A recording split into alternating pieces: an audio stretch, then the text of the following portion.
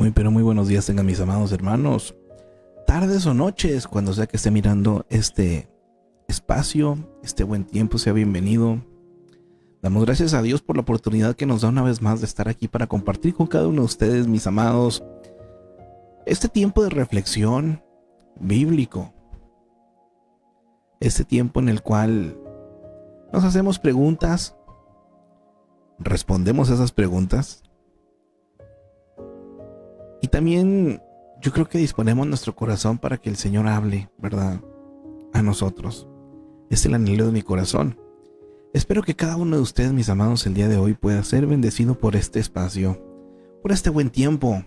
El día de hoy listos para poder mirar el capítulo número 22 del Evangelio de Lucas. Ya estamos solamente incluyendo a 3 capítulos para que concluya este Evangelio, mis amados.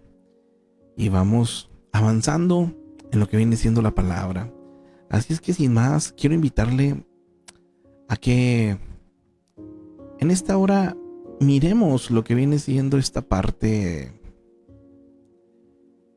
de pues, las preguntas, ¿no?, previas antes del capítulo. Mire que nos dice lo siguiente. Número 1, en este capítulo se responden las preguntas: ¿qué fiesta estaba cerca del tiempo en que los principales sacerdotes y los escribas buscaban matar a Jesús? ¿A qué se comprometió Judas? ¿Qué era necesario hacer en Pascua según el versículo 7? ¿Qué sucedió en la cena de Pascua con Jesús y los apóstoles? Número 5, antes de hablar de asignar reinos, Jesús les explicó a los apóstoles cómo es el mayor en el reino. ¿Qué les dijo? Versículo 6, o pregunta 6 más bien: ¿qué instrucciones dio Jesús a los apóstoles antes de salir hacia el monte de los olivos? 7, ¿qué instrucciones dio Jesús a los apóstoles al llegar al monte de los olivos? 8. ¿Por qué debían orar los discípulos? 9. ¿Qué pasó mientras Jesús hablaba con los discípulos en el monte de los olivos?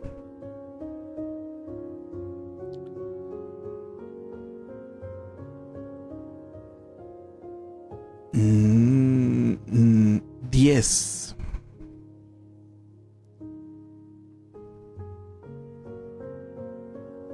A ver, mis hermanos, permítanme porque ahí estamos. Haz una lista de las cosas que hizo Pedro esa noche en la casa del sumo sacerdote. Y 11. ¿Cuál fue el cargo del que acusaban a Jesús? ¿Qué fue lo que Jesús confesó para ser condenado ante el concilio? Y nos invita a reflexionar lo siguiente en este capítulo. Judas buscaba una oportunidad para entregar a Jesús. Es decir, no es algo que simplemente sucedió, sino que él lo estuvo meditando y planeando.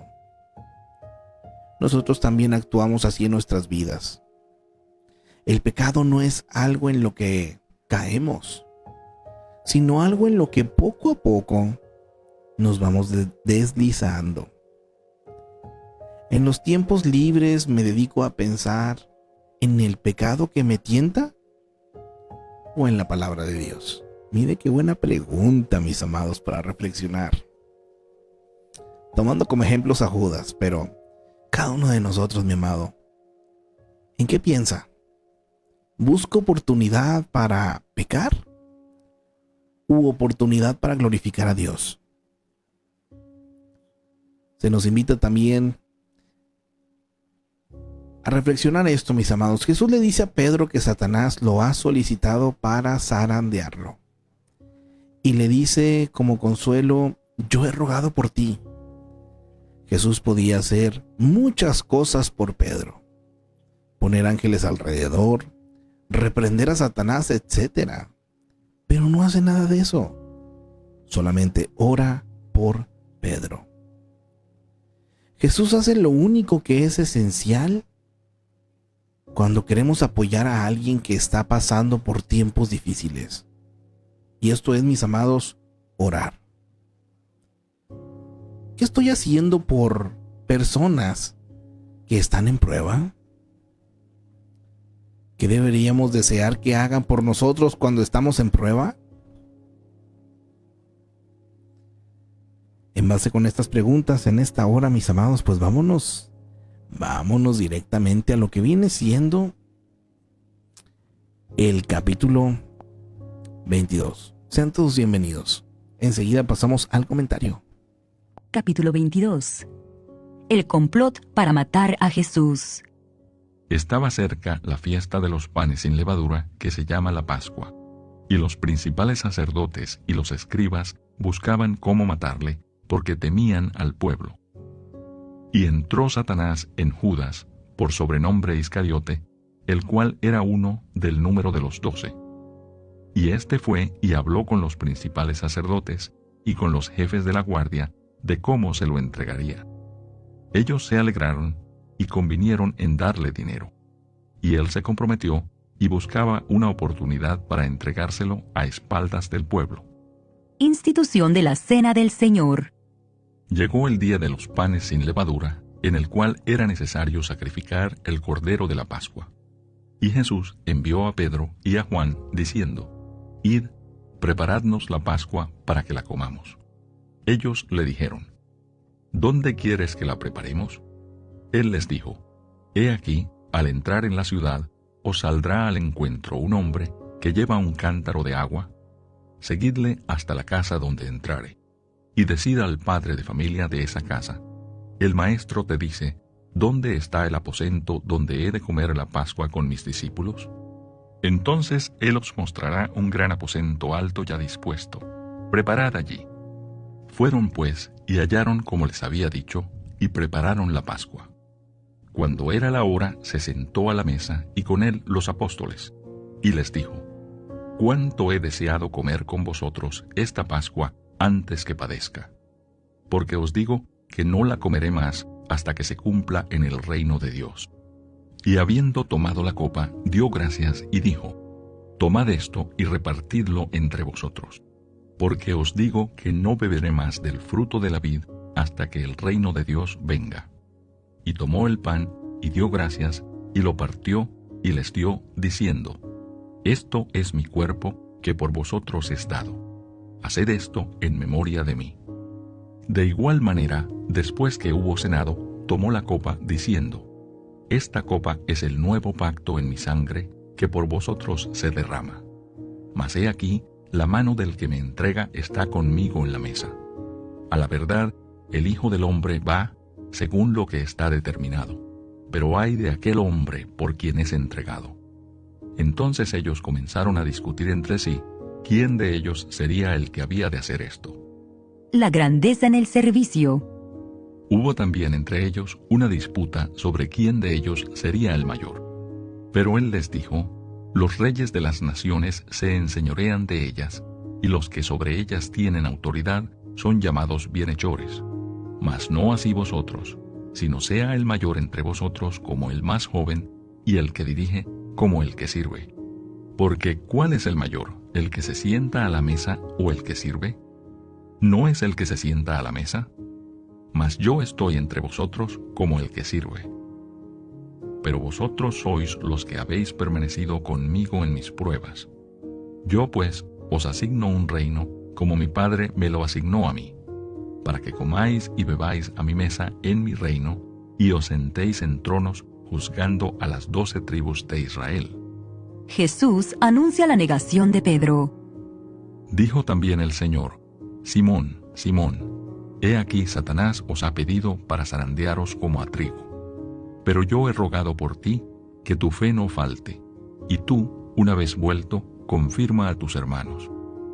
Él le dijo: Señor, dispuesto estoy a ir contigo, no solo a la cárcel, sino también a la muerte. Y él le dijo: Pedro, te digo que el gallo no cantará hoy antes que tú niegues 3 veces que me conoces. Bolsa, alforja y espada.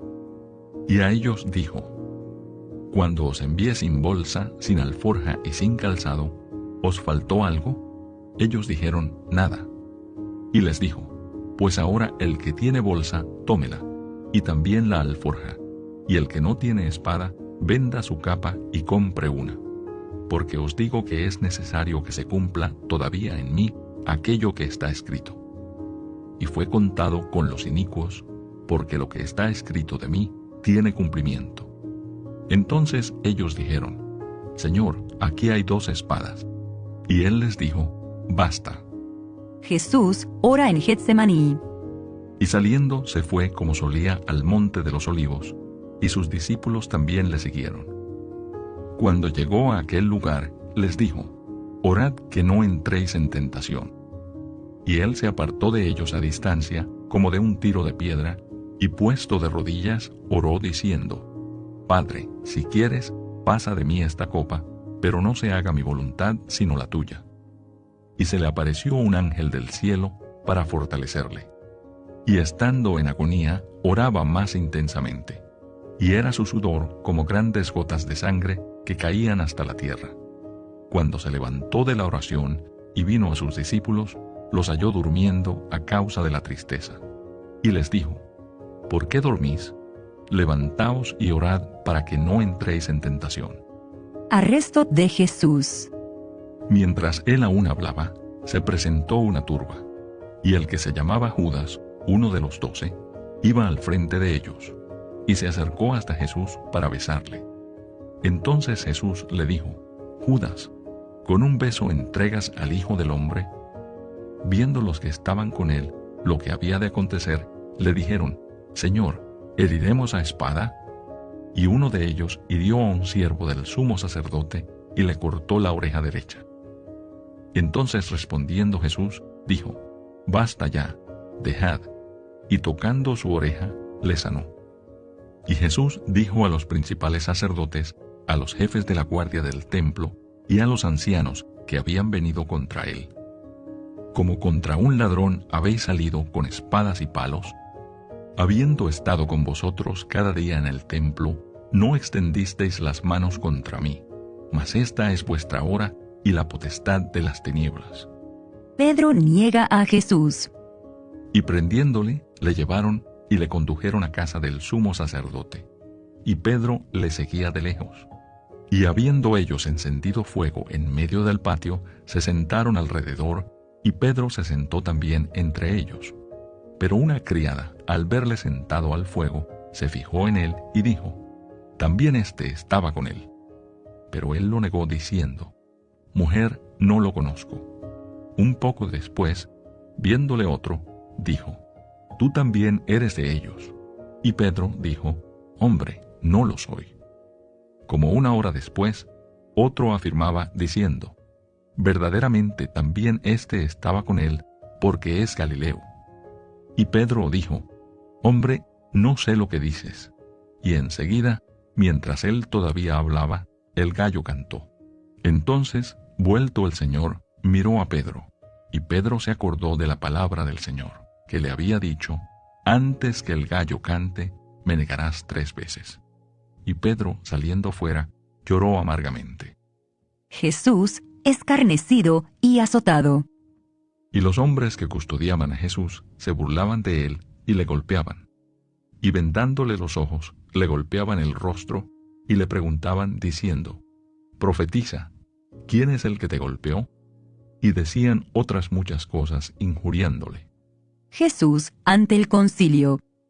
Cuando era de día, se juntaron los ancianos del pueblo, los principales sacerdotes y los escribas, y le trajeron al concilio diciendo, ¿eres tú el Cristo? Dínoslo. Y les dijo, si os lo dijere, no creeréis. Y también si os preguntare, no me responderéis ni me soltaréis. Pero desde ahora el Hijo del Hombre se sentará a la diestra del poder de Dios. Dijeron todos, ¿luego eres tú el Hijo de Dios? Y él les dijo, vosotros decís que lo soy. Entonces ellos dijeron, ¿qué más testimonio necesitamos? Porque nosotros mismos lo hemos oído de su boca. Y de esta manera concluye este capítulo. Y vamos nosotros ahora a lo que viene siendo el comentario del capítulo, mis amados. Nuevamente nos encontramos con pues esta parte para mí tan importante. Toda la Biblia es importante, ¿verdad? Pero fíjese que desde Génesis hasta Apocalipsis todo se centra justamente en la venida de nuestro Señor Jesucristo. Y aquí es donde comienza pues el asunto final, ya para su muerte en la cruz. Y pensando en pues lo que viene siendo pues el contenido de este capítulo, mis amados, podemos aprender lo siguiente. En el versículo número 1, todos los judíos varones mayores de 12 años de edad debían ir a Jerusalén para las fiestas de la Pascua, a la cual le seguía la fiesta de los panes sin levadura. Para estas festividades, judíos de todas partes del Imperio Romano convergían en Jerusalén para celebrar uno de los acontecimientos más importantes de su historia. Si desea más información acerca de la Pascua y de la fiesta de los panes sin levadura, podemos encontrar una nota o referencia en Marcos capítulo 14, versículo 1. Versículo 3. La parte de Satanás en la traición de Jesús no quita en absoluto la responsabilidad de Judas. Desilusionado porque Jesús hablaba de morir antes de establecer su reino, Judas pudo tratar de manipular al maestro, procurando usar su poder para probar que era el Mesías. O a lo mejor Judas no entendió en qué consistía la misión de Jesús. Tampoco creía que era el escogido de Dios. Si desea más información acerca de Judas, puede ver su perfil en Marcos capítulo 14. Sin importar lo que Judas pensaba, Satanás supuso que la muerte de Jesús daría por terminada la misión y detendría el plan de Dios. Como Judas, Satanás no sabía que la muerte de Jesús era la parte más importante en el plan de Dios. Versículos 7 y 8. La comida de la Pascua incluía cordero, porque cuando los judíos se prepararon para salir de Egipto, Dios le dijo que debían matar uno, usar su sangre para pintar los dinteles de sus casas y preparar la carne para comerla. Pedro y Juan tuvieron que comprar y preparar el cordero, así como también el pan sin levadura, aderezo, vino y otros alimentos ceremoniales. Versículo 10. Comúnmente las mujeres, no los hombres, iban al pozo y llevaban el agua a la casa. Este hombre quizás estaba entre el gentío. Versículos 14 al 18. La Pascua conmemoraba la huida de Israel de Egipto cuando la sangre de un cordero, puesta en los dinteles de las puertas, salvó de la muerte a sus primogénitos. Este acto simbolizaba la obra de Jesús en la cruz. Como el Cordero de Dios sin mancha, derramaría su sangre a fin de salvar a los suyos del juicio y la muerte por el pecado. Versículos 17 al 20. Lucas menciona 2 copas de vino, mientras que Mateo y Marcos se refieren solo a una. En la cena tradicional de Pascua, el vino se sirve 4 veces. Cristo hizo alusión a su cuerpo y a su sangre cuando ofreció la 4ª y última copa. Versículos 17 al 20. Los cristianos difieren en su interpretación del significado de la conmemoración de la Cena del Señor. Hay 3 puntos de vista principales. Número 1, el pan y el vino llegan a ser el cuerpo y la sangre de Cristo. Número 2, el pan y el vino permanecen invariables. Cristo está espiritualmente presente y a través de ellos por la fe. Y número 3, el pan y el vino que permanecen invariables son el recurso del sacrificio de Cristo. No importa cuál punto de vista prefiera, todos los cristianos están de acuerdo en que la Santa Cena conmemora la muerte de Cristo en la cruz por nuestros pecados y señala la venida del Rey en gloria. Cuando participamos, mostramos nuestra profunda gratitud de su obra a nuestro favor, y nuestra fe se hace más sólida. Versículo 19. Jesús le dijo a sus discípulos que partieran el pan y lo comieran. En memoria de mí, les dijo. Quería que recordaran su sacrificio, la base del perdón de los pecados, y también su amistad que podían seguir gozando a través de la obra del Espíritu Santo.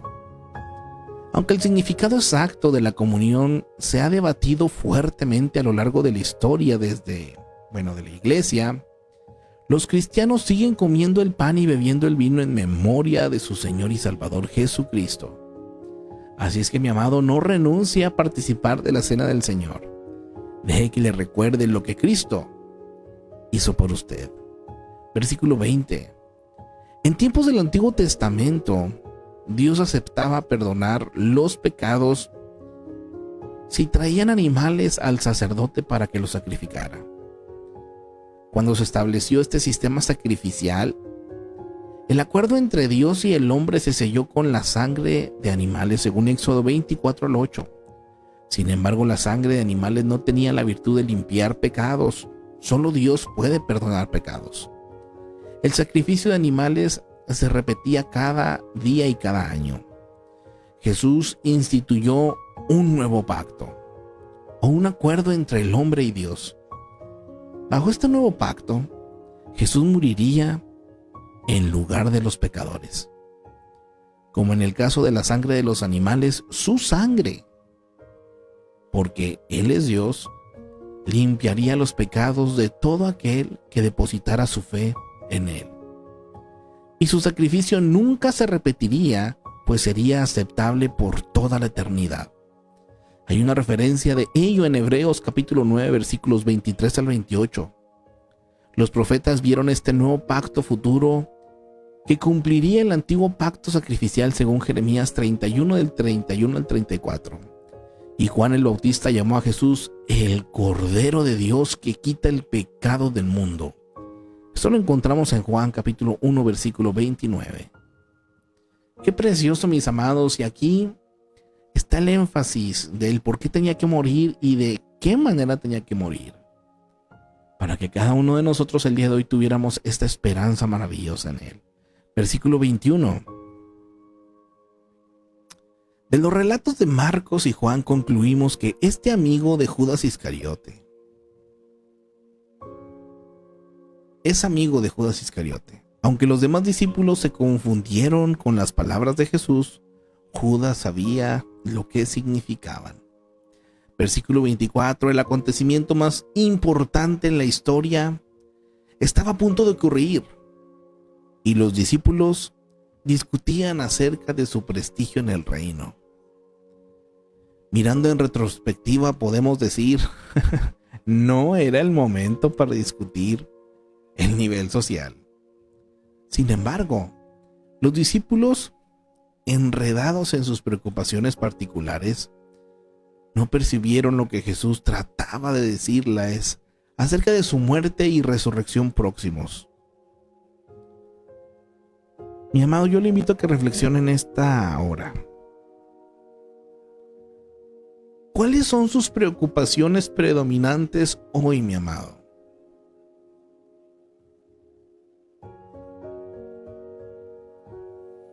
¿Qué es lo que le preocupa este día?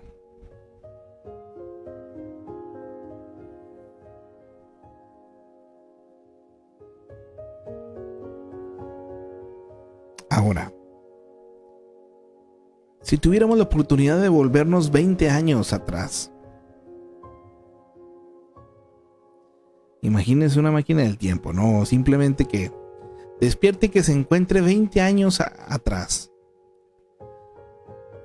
Esta pregunta que se nos hace es para reflexionar. ¿Parecerían esas preocupaciones mezquinas o inapropiadas?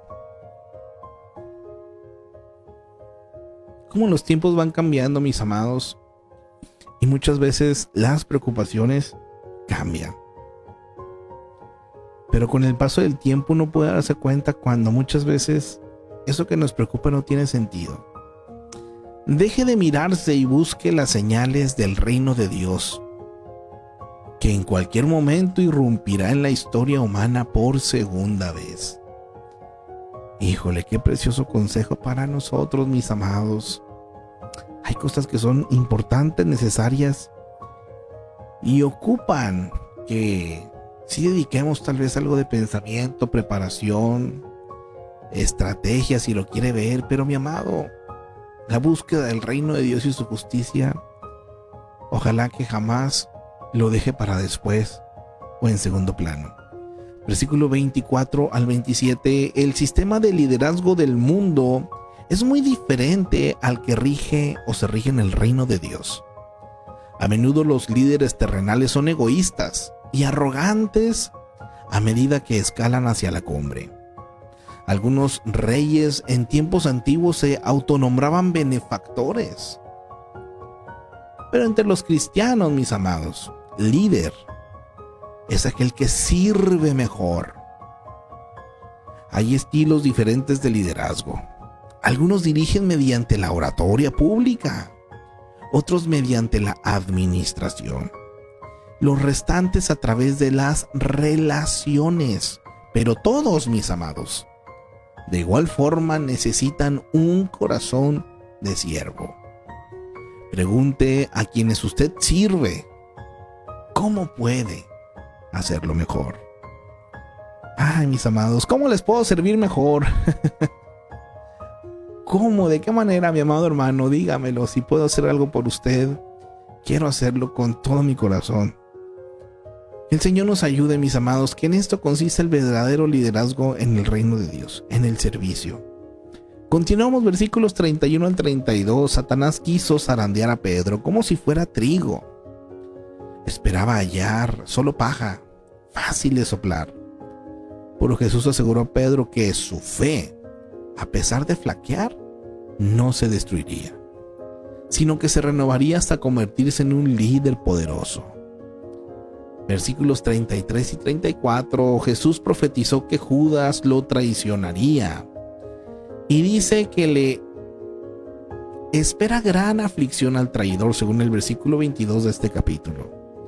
Luego anuncia que Pedro lo negaría y que después se arrepentiría y recibiría una misión para apacentar a los corderos de Jesús, según Juan 21:15. Traicionar es tan malo como negar, mi amado. Pero los dos hombres tuvieron destinos totalmente diferentes. Porque uno se pudo arrepentir. Mi amado hermano, qué importante es cambiar la manera de pensar. Volverse al Señor, pedir perdón, cambiar el rumbo y la vida.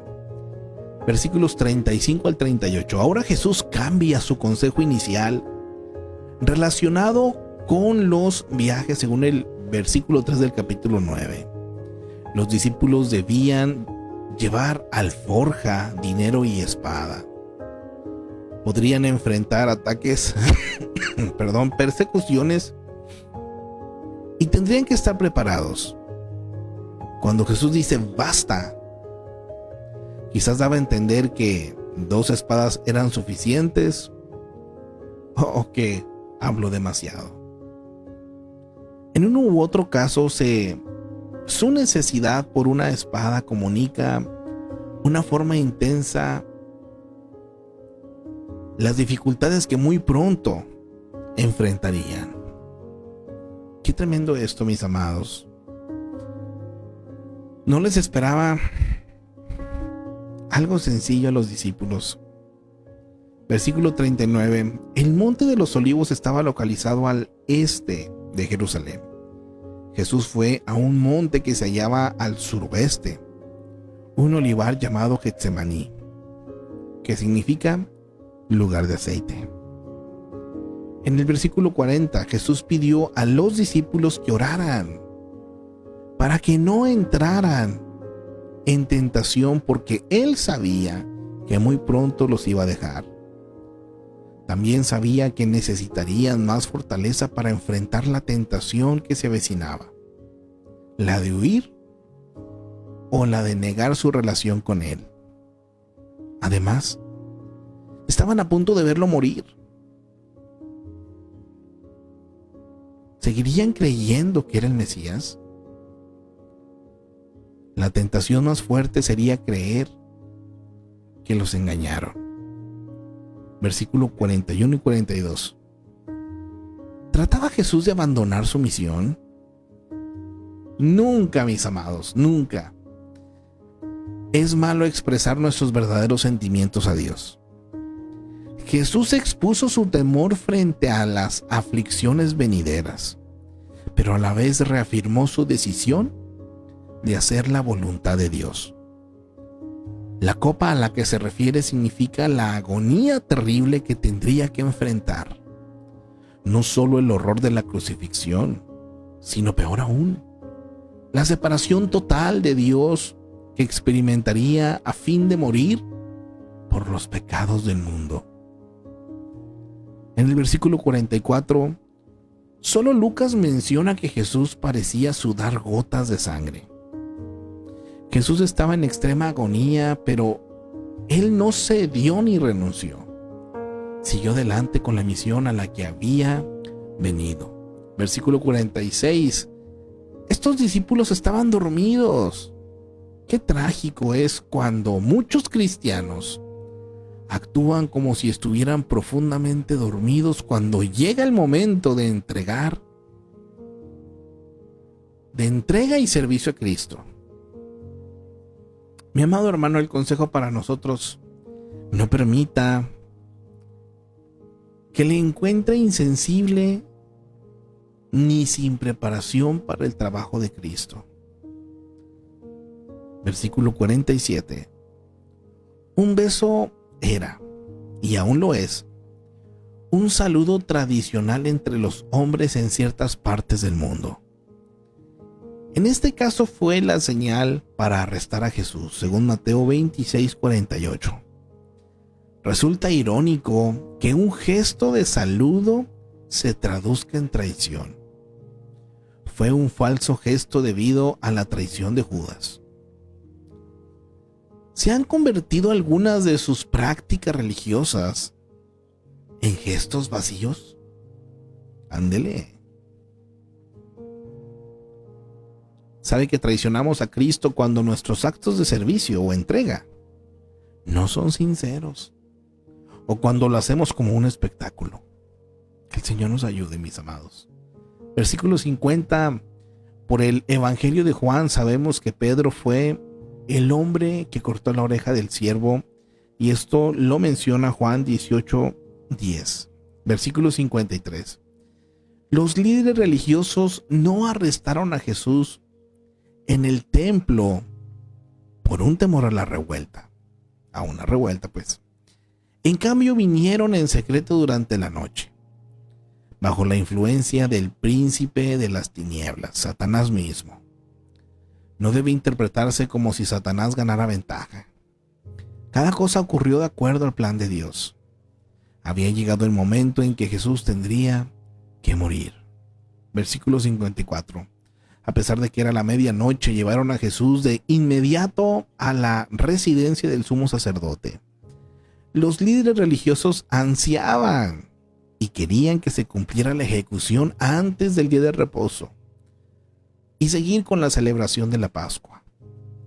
Esta residencia era un palacio con muros exteriores que daban a un patio donde siervos y soldados buscaban calentarse alrededor del fuego. Versículo 55.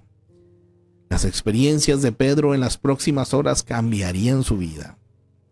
Se convertiría de un seguidor poco entusiasta a un discípulo arrepentido, y finalmente a la clase de persona que Cristo podría utilizar para edificar su iglesia. Si desea más información sobre Pedro, pues puede ver su perfil en Mateo 27. Versículo 62. Pedro lloró amargamente, no solo por aceptar que negó a su Señor, el Mesías, sino también porque dio las espaldas a un amigo muy querido, alguien que lo amó y enseñó durante 3 años. sin tomar en cuenta la advertencia de Jesús, que está escrita en Marcos 14 del 29 al 31 y en Lucas 22 del 33 al 34. Pedro manifestó que nunca lo negaría. Sin embargo, cuando sintió temor, actuó en contra de su intrépida promesa. Incapaz de mantenerse a favor de su Señor durante 12 horas, falló como discípulo y como amigo. Aquí viene el aprendizaje grande, mis amados, que ojalá usted abra su corazón y entienda. Usted y yo debemos estar atentos a nuestros lados débiles y no ser autosuficientes ni presumidos. Si fallamos, recordemos que Cristo puede usar a quienes reconocen su falta. Pedro aprendió mucho de esta experiencia humillante y le fue de ayuda en las responsabilidades del líder que muy pronto asumiría. Versículo 70. Jesús no manifestó en este momento que Él era Dios. Simplemente respondió con un sí la pregunta del sumo sacerdote diciendo: vosotros decís que lo soy. Pero Jesús se identificó con Dios al usar un título familiar que se halla en el Antiguo Testamento. Yo soy. Éxodo 3:14 se encuentra también cuando Dios hace esta mención de este nombre. El sumo sacerdote reconoció la declaración de Jesús y lo acusó de blasfemo. Para cualquier otro ser humano decir que era Dios era una blasfemia, pero en este caso era verdad. La blasfemia, el pecado de pretender ser Dios o atacar de cualquier forma su autoridad y majestad, se castiga con la muerte. Los líderes judíos tenían la evidencia que necesitaban.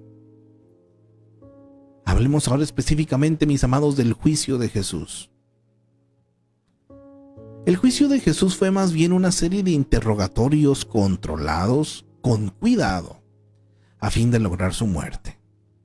El veredicto estaba profetizado, pero eran necesarios ciertos procedimientos legales. Demandó un gran esfuerzo condenar y crucificar a un inocente.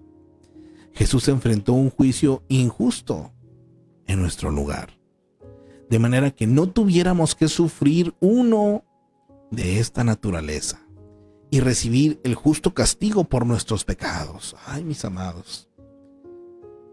Juicio ante Anás, poderoso ex sumo sacerdote. Según Juan 18 del 13 al 23, nos habla de las razones probables. Aunque ya no era sumo sacerdote, seguía ostentando mucho poder. El juicio ante Caifás, el sumo sacerdote durante el juicio.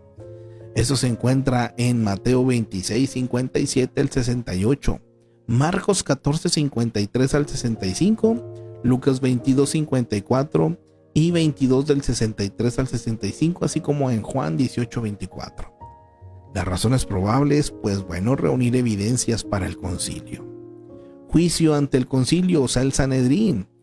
Esto nos lo mencionan en Mateo 27:1 y Marcos 15:1, así como Lucas 22 del 67 al 71. Razones probables, esta era parte del juicio religioso formal y condenación a muerte. Juicio ante Pilato, la más alta autoridad romana. Este se encuentra en Mateo 27:2, Mateo 27:11 al 14, Marcos 15 del 1 al 5, Lucas 23 del 1 al 6 y Juan 18 del 28 al 38. Las razones para este juicio, bueno, todas las sentencias a muerte requerían aprobación romana. Juicio ante Herodes, gobernante de Galilea. Este se encuentra en Lucas 23 del 7 al 12 y las razones probables, un acto de cortesía y para compartir culpa. Pilato lo hizo porque Jesús era de Galilea, distrito de Herodes. Juicio ante Pilato finalmente. En Mateo 27 del 15 al 26 y Marcos 15 del 6 al 15. Lucas 23 del 13 al 25 y Juan 18 del 39, 19 y 16. Las razones de este juicio, bueno, el último esfuerzo de Pilato para evitar la condena de un hombre que obviamente era inocente. Y de esta manera, mi amado, pues nos enteramos de todos los juicios que se le dieron, por quién y para qué. Parte del plan maravilloso que Dios tenía ya. Pero mi amado, ojalá que cada uno de nosotros tenga muy presente y de manera muy clara esta obra maravillosa de nuestro Señor Jesucristo a nuestro favor, que no lo hizo por casualidad. Pero hoy en día, mi amado hermano, usted y yo tenemos que vivirlo con tal seguridad y compartirlo con tal seguridad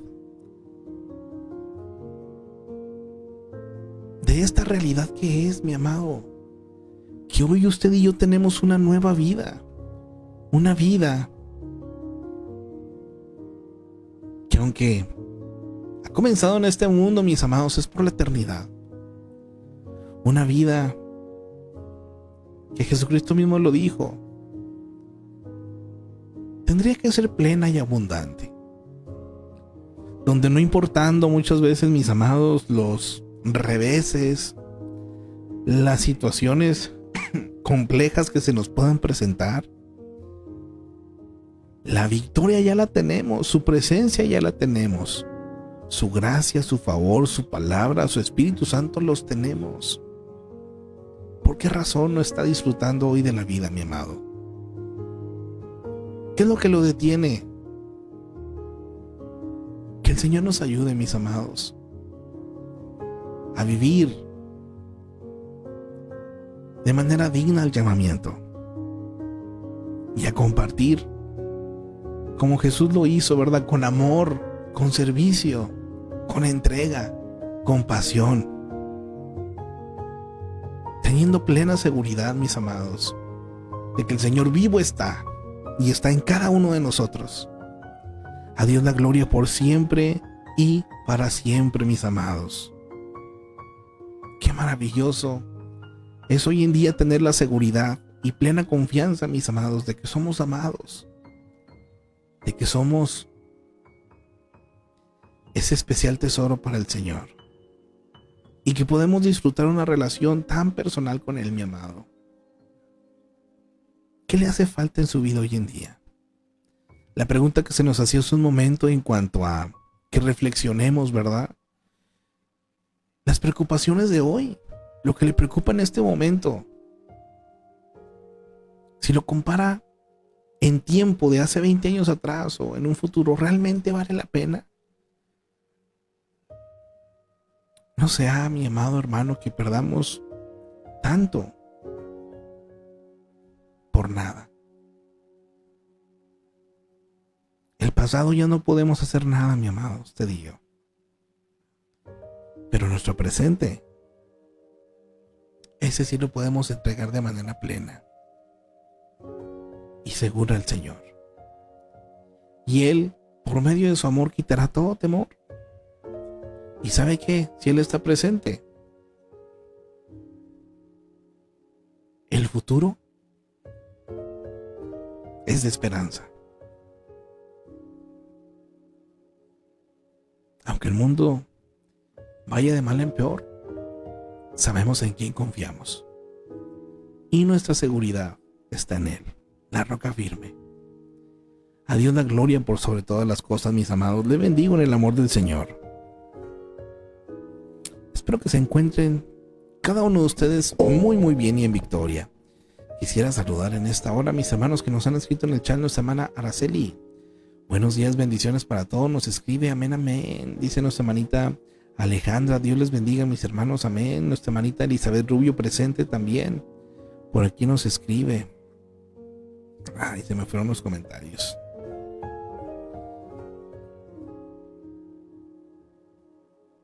Ya no pude leer el comentario de mi hermanita. A ver si me lo muestra por acá, mis hermanos. Permítanme. Sí, aquí está mi hermanita Elizabeth Rubio. Buenos días, bendiciones, mis amados hermanos. Amén, mi hermanita Elizabeth. Qué gusto saludarle. A cada uno de ustedes, mis amados, les bendigo en el amor del Señor. Por ahí, a los otros que se encuentren presentes y que a lo mejor no comentan, mis amados, yo les bendigo también. A todos los que por acá también en TikTok han estado en algún momento presentes, les bendigo también. Y agradezco mucho a Dios la oportunidad que nos da, mis amados, de poder ir a su palabra y recordar y volvernos a las promesas, ¿verdad? A Dios la gloria por sobre todas las cosas. Dice nuestra hermana Gladys Cabrales, Dios les bendiga, mis hermanos. Amén, amén. Gloria a Dios. A cada uno de ustedes, mis amados, sean bendecidos. Si Dios nos permite, el día de mañana, primeramente, por acá nos vemos para continuar con un capítulo más. Ya nos van a quedar solamente dos de este evangelio tan precioso. Así es que, mis amados, les bendigo. Que tengan un excelente día, mis amados. Ánimo, bendiciones para todos.